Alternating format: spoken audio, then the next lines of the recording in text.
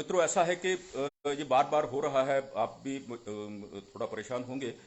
तो क्योंकि ये दिक्कतें हैं, इन दिक्कतों के साथ ही हमें रहने की अब आदत हो चुकी है। मैं ये बात वो कर रहा था आपके साथ। तो लता जी पे जो उन्होंने किताब लिखी है, मैं उसकी कुछ आपको बता रहा था, दे रहा था। ये जैसे कल्याण जी नंद जी की बात जो हो रही थी, तो उन्होंने रोते रोते गाना गाना मुश्किल होता है, पर एक आध हिचकी तो ली जा सकती है। हम उन दिनों कितने कितने दिन एक गाने की रिहर्सल करते थे। हमने एक जगह बनाई जो हर किसी के बस की नहीं है। ऐ मेरे दिल कहीं और चल, तेरी दुनिया से जी भर गया, ढूंढ ले अब कोई घर नया। जब ये गीत मैंने गाया था, तो अमित चक्रवर्ती ने मुझे गाने की सिचुएशन बताई थी। तब मुझे याद है, गाना गाने के बाद मैं धम से बैठ गई थी और मैंने कहा, अब एक और भी टेक मैं नहीं कर सकती। मुझे बेहद रोना आ रहा था। 3 मिनट के गाने में हमें 30 नाटक करने पड़ते हैं। अगर बेबसी को बेबसी के की तरह ना कहें तो गाने में जान नहीं आएगी। वेदराही, मैं आपको बता दूं कि वेदराही जी भी हमारे जम्मू के हैं, डोगरे हैं और डोगरी में लिखते हैं। बेहतरीन लिखते हैं, बहुत बड़े लेखक हैं। लेकिन उनका फिल्मों से भी जुड़ाव है। फिल्मों में उन्होंने बहुत फिल्में बनाई हैं। बहुत सी जो फिल्में हैं, उनको उनके डायलॉग, उनकी स्टोरीज, उनके स्क्रीन प्ले लिखे हैं। रामानंद सागर जी के साथ उनका बहुत शुरू में उनका रहा है, उनके साथ रहे हैं और उसके बाद इंडिपेंडेंटली अब भी वो मुंबई में है, थाने में रहते हैं। बहुत बड़े लेखक हैं हमारे डोगरी के, और उर्दू के भी लिखते हैं। वेदराही फिल्मों से काफी समय से जुड़े हुए हैं। वर्षों रामानंद सागर के दाहिने हाथ रहे हैं। उन्होंने स्वयं पहले दरार फिल्म बनाई थी, जिसकी पृष्ठभूमि जम्मू थी।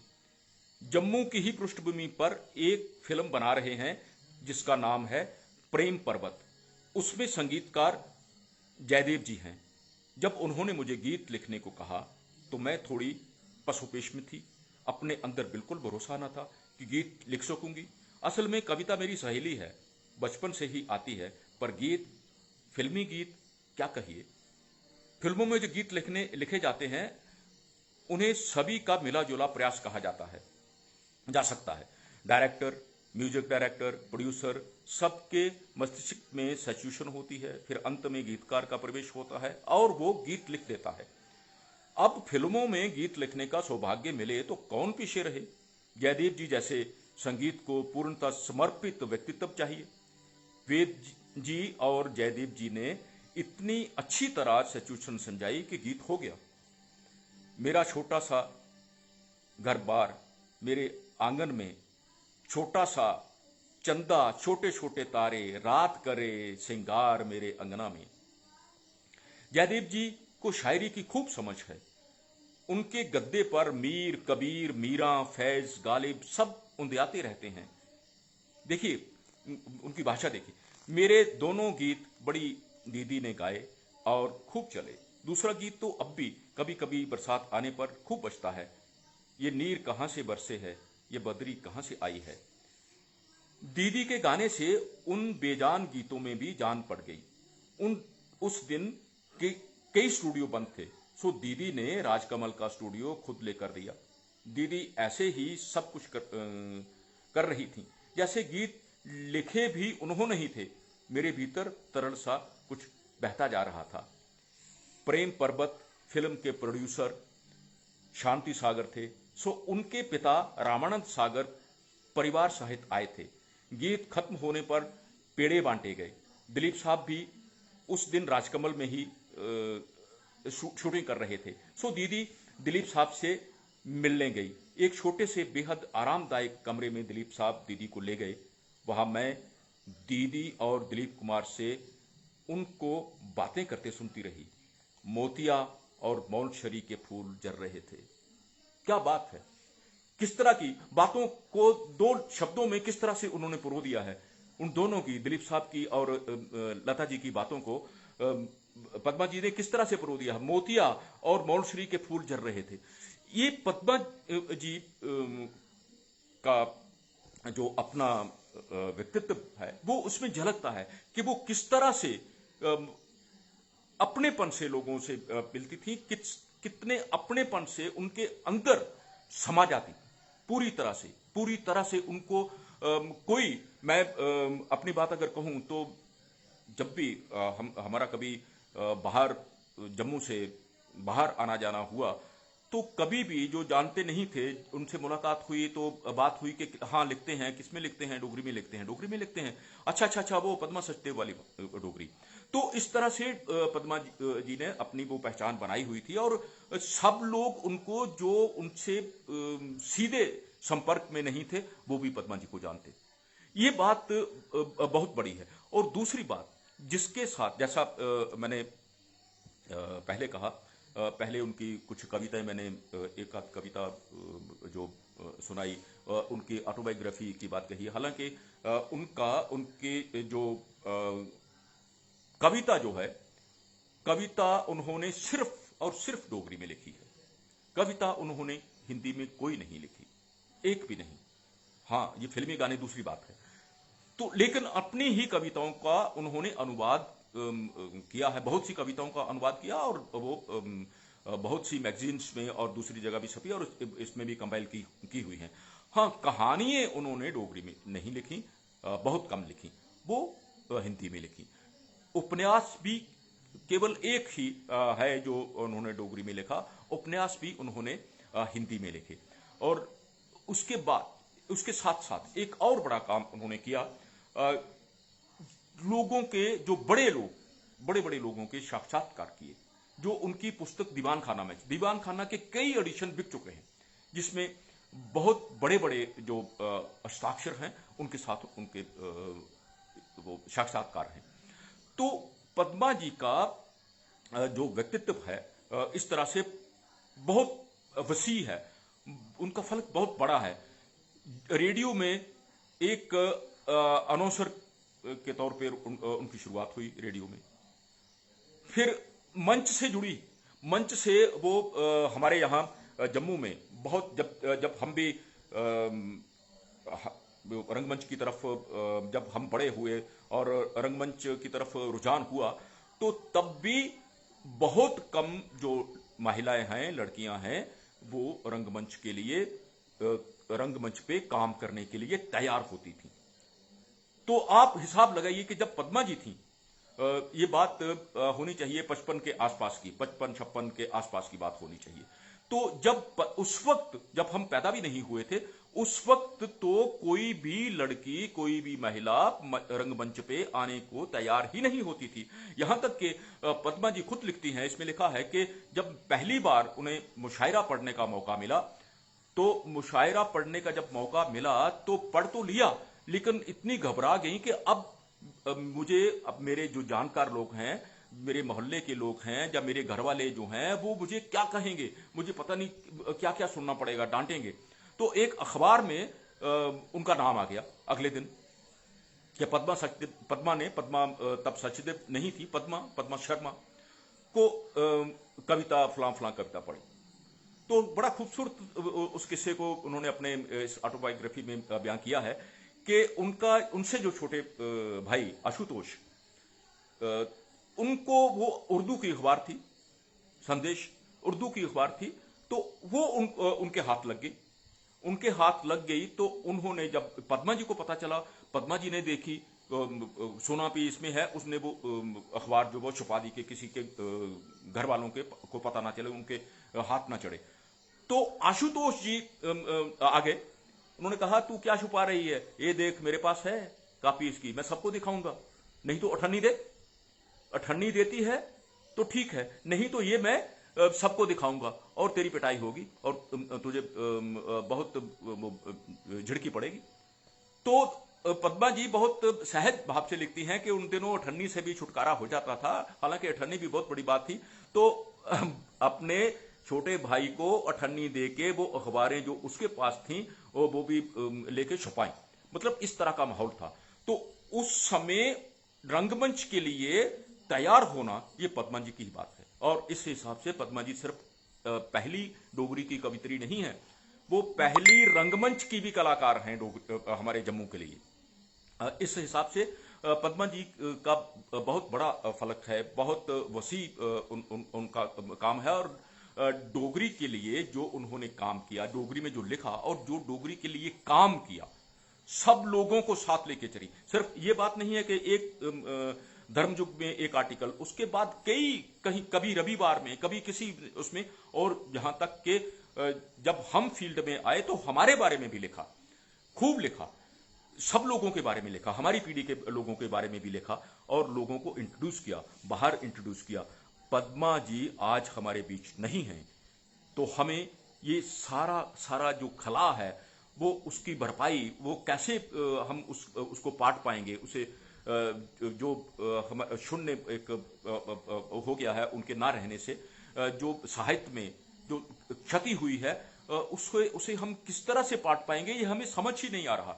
बहुत अच्छा लिखने वाले लोग हैं हमारे डोगरी में, और भी बहुत से अच्छे लेखक हैं जिन्होंने लिखा है बहुत अच्छे, लेकिन उनकी भी क्षतिपूर्ति बहुत मुश्किल है। लेकिन पद्मा जी की जो के जाने से जो हमें पूरे डोगरा समाज को, और मैं समझता हूं कि पूरे साहित्य के परिवार को, चाहे वो डोगरी का है चाहे वो हिंदी का है, पूरे साहित्यिक परिवार को जो क्षति हुई है वो भरना बहुत मुश्किल है। मैं बातें तो बहुत हैं करने वाली, और लेकिन मैं ज़्यादा समय ना लेते हुए, क्योंकि बहुत समय हो चुका है, और बीच में 2-3 बार हमें मशीन भी धोखा दे चुकी है। लेकिन मैं आपको एक कविता का, उनकी एक कविता का अंश जो है वो सुनाना चाह रहा हूँ। जदों में तुस प्यार करगे, थोड़ा पहले डोगरी में कहूँगा, फिर उसके बाद ये लंबी कविता है, मैं पूरी कविता नहीं सुनाऊंगा, लेकिन थोड़ी सी ये कविता सुनाऊंगा। जदों में तुस प्यार करगे, अदों ये गल आखने दी लोड़ नहीं पाउनी, तुगी औ प्यार करना। जदों में तुस प्यार करगे, सामने कंधा च लगी रास लीला दी कोई तस्वीर, परती जी खड़ोनी, बल्ले बल्ले गोपियां ते कान उथों उठिए आई खड़ोनी मेरे बेड़ा, कहानियां प्रतख होई जानियां फिर मेरे अंदर। इसका उन्होंने किया है ये अनुवाद। जब तुम मुझे प्यार करोगे, जब तुम मुझे प्यार करोगे, तब ये कहने की जरूरत ना होगी मैं तुम्हें प्यार करता हूं। जब तुम मुझे प्यार करोगे, सामने दीवार पर लगी रासलीला की कोई तस्वीर फिर जी उठेगी। धीरे धीरे गोपियां और कान वहां से उठकर आ खड़े होंगे और आंगन में कहानियां प्रत्यक्ष हो उठेंगी फिर मेरे भीतर। गोपियां और कान सुध-बुध भूल कर फिर बांसुरी की तान लेकर रासलीला करेंगे, जी उठेंगे मेरे साथ, तेरे साथ। जब तुम मुझे प्यार करोगे, जब तुम मुझे प्यार करोगे, जब तुम मुझे प्यार करोगे, तब अजंता के कई चित्र फिर गतिमान होकर एक दूसरे की आंख में दिए जलाकर ढूंढने लगेंगे सौगातें रोशनी की। जब तुम मुझे प्यार करोगे, जब तुम मुझे प्यार करोगे, कमल पत्ते पर ना ठहरेगी कोई बूंद, बादलों के हिंडोलों पर करके सवारी बूंदें बूंदें बरस जाएंगी मेरे आंगन में। तब खड़ी होंगी बारी बारी से तुम्हारे चेहरे पर जाकर विश्राम करेंगी, धो लेंगी मैल सारी धरती की। कमल पत्ते की तरह खुल जाएंगे ओंठ तुम्हारे, कहने को वो बात जिसका इंतजार मैं बरसों से कर रही हूँ। जगह जगह धरती को चीर कर एक जैसे अंकुर फूट पड़ेंगे, मुंह खोलकर छोटे छोटे, कान खोलकर छोटे छोटे, हाथों की खोलकर मुट्ठी लिख देंगे मेरी तकदीर बनाकर कुछ लकीरें। कई सौगातें भांति भांति की अनाज की छोड़ जाएंगी मेरे आंगन में। जब तुम मुझे प्यार करोगे, मेरे अंग अंग में कस्तूरी महकेगी, जिसमें बेहोश होकर छोड़ दूंगी मैं रिश्ते नाते सारे। तुम्हारे बालों में बहकर सागर को पार करके मैं जा पहुंचूंगी उस द्वारे जो अपनी गोद का आसमान खोले, मुझे अपनी गोद में बिठा लेगा। जब तुम मुझे प्यार करोगे, बादलों में से निकल आएगा आकाश कोरा, जिसमें चांद का सागर चांदनी को नहलाने के लिए न्योता है। फूल सा हल्का होकर करता है पूजा, सृष्टि की। जब तुम मुझे प्यार करोगे ये दुनिया बदल जाएगी। शोरगुल में भी वो बात मैं सुन सकूंगी जो तुम्हारे ओठों से नहीं तुम्हारी रूह से निकलेगी। उसके कदमों से कदम मिलाकर नया युग आ जाएगा। ढूंढ ढूंढ हुए दरख्त सब लग जाएंगे फूलों से। धरती की खुशबू का रंग सोंधी मिट्टी की तरह का हो जाएगा। हल्की होकर मैं खुद चांद के पास उड़ जाऊंगी। खुशबुएं लिपट जाएंगी मेरे बदन से। मेरे जिस्म के सरोवर में फूल ही फूल खिल जाएंगे। तब तुम्हें ये कहने की ज़रूरत ना होगी, मैं तुम्हें प्यार करता हूँ, मैं तुम्हें प्यार करता हूँ। ये कविता मैं असल में एक कविता आपको पूरी नहीं सुनाना चाहता था, लेकिन मैं इस कविता में बह गया। और कितनी खूबसूरती से उन्होंने ये कविता कही है। ऐसे ही उन्होंने कई कविताएं कही हैं, कई कविताएं कही हैं जो मन को छू लेती हैं। कई गीत कहे हैं जो मन को छू लेते हैं। कहानियां इतनी सुंदर कही हैं कि आदमी अबाक रह जाता है। उनका नौशीन जब मिलिटेंसी वहां पीक पे थी तो वो नौशीन नौशीन होती है नई बर्फ, ताजा बर्फ, तो वो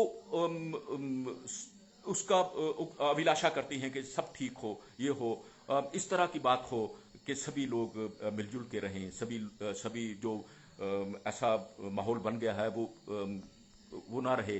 और सारी मानव जाति का फिक्र अगर किसी को था वो पद्मा जी की शायरी में झलकता है।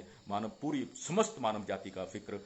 हालांकि मैं ये बार बार कह रहा हूं कि डुग्गर डोगरी और डोगरों का फिक्र उनको मूलता था, लेकिन उसमें भी उनकी मार्फत वो सारी पूरी की पूरी दुनिया की मानव जाति के का फिक्र करती दिखाई देती हैं उनकी सारी की समस्त शायरी में। और उनका जीवन जो रहा है वो इस पूरा संघर्षमय जीवन रहा है।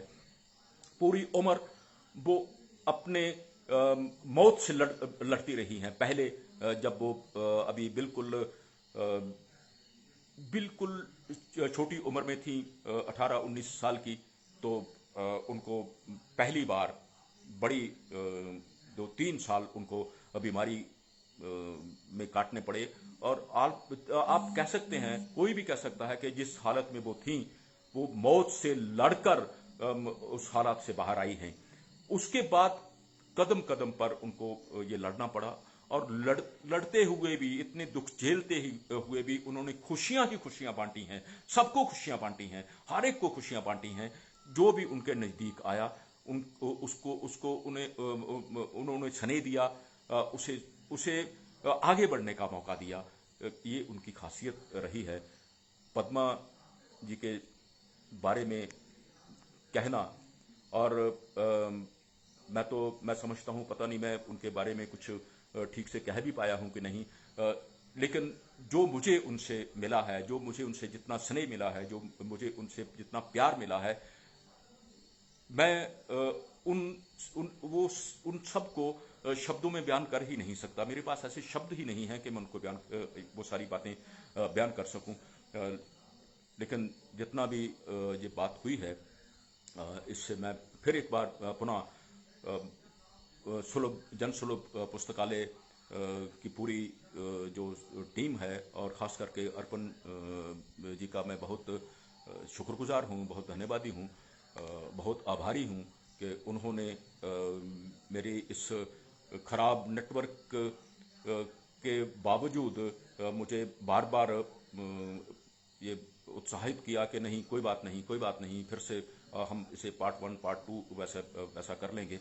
और मेरा वक्तव्य आप सब ने सुना। आप सब को मैं एक बार फिर से पुनः आपका आभार प्रकट करते हुए यही कामना करता हूं कि पद्मा जी जहां भी हैं वो इसी बिल्कुल हंस खेल रही होंगी। पूरी हमारे दिलों में वो बसती हैं, हमारे दिलों में बसती रही जब तक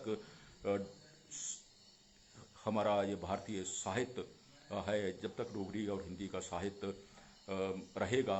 पद्मा जी का नाम बाकायदगी से बड़ी मान सम्मान से लिया जाएगा। इसी के साथ मैं आप सबका पुनः एक बार फिर धन्यवाद करते हुए अपने बात को समाप्त करता हूँ। बहुत बहुत शुक्रिया, बहुत बहुत नमस्कार। जय डुग्गर।